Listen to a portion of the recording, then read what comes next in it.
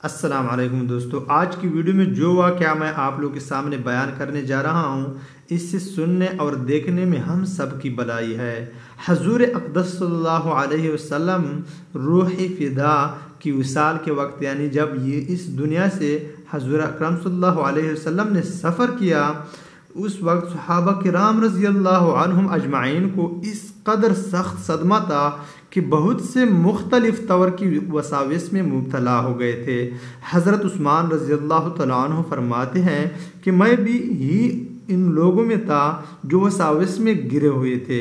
حضرت عمر رضی اللہ تعالیٰ عنہ میرے پاس تشریف لائے، مجھے سلام کیا، مگر مجھے مطلق پتہ نہ چلا۔ انہوں نے حضرت ابو بکر صدیق رضی اللہ تعالیٰ عنہ سے شکایت کی کہ عثمان رضی اللہ تعالیٰ عنہ نے بھی بظاہر خفا ہے کہ میں نے سلام کیا، انہوں نے جواب بھی نہ دیا۔ اس کے بعد دونوں حضرات اکٹھے تشریف لائے اور سلام کیا، اور حضرت ابو بکر رضی اللہ تعالیٰ عنہ نے دریافت فرمایا کہ تم نے اپنے بھائی عمر رضی اللہ تعالیٰ عنہ کے سلام کا جواب بھی نہ دیا، کیا بات ہے؟ میں نے عرض کیا کہ میں نے تو ایسا نہیں کیا۔ حضرت عمر رضی اللہ تعالیٰ عنہ نے فرمایا ایسا ہی ہوا۔ میں نے عرض کیا کہ مجھے تو آپ کے آنے کی بھی خبر نہیں ہوئی کہ کب آئے، نہ سلام کا پتہ چلا۔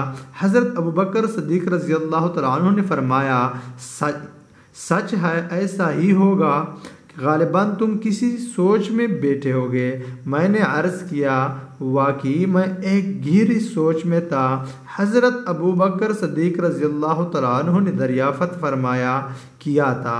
میں نے عرض کیا حضور صلی اللہ علیہ وسلم کا وصال ہو گیا، اور ہم نے یہ بھی نہ پوچھ لیا کہ اس کام کی نجات کس چیز میں ہے۔ حضرت ابو بکر صدیق رضی اللہ تعالیٰ عنہ نے فرمایا کہ میں پوچھ چکا ہوں۔ میں اٹھا اور میں نے کہا تم پر میرے ماں باپ قربان ہو، واقعی تم ہی زیادہ مستحق تھے اس کی دریافت کرنے کے، اگر دین کی ہر چیز میں آگے بڑھنے والے ہو۔ حضرت ابو بکر صدیق رضی اللہ تعالیٰ عنہ نے فرمایا میں نے حضور صلی اللہ علیہ وسلم سے دریافت کیا تھا کہ اس کام کی نجات کیا ہے۔ آپ صلی اللہ علیہ وسلم نے فرمایا کہ جو شخص اس کلمہ کو قبول کر لے، جس کو میں نے اپنے چچا ابو طالب پر ان کے انتقال کے وقت پیش کیا تھا اور انہوں نے رد کر دیا تھا، وہی کلمہ نجات ہے۔ تو معزز سامعین کرام، لا الہ الا اللہ یہ کلمہ کافی مفید ہے اور کافی ضروری بھی۔ اسلام لانے کے لیے کلمہ طیب کی شرط لگایا ہے کہ جو بندہ یہ کلمہ پڑھے گا وہی مسلمان ہوگا۔ وآخر دعوانا الحمدللہ رب العالمین۔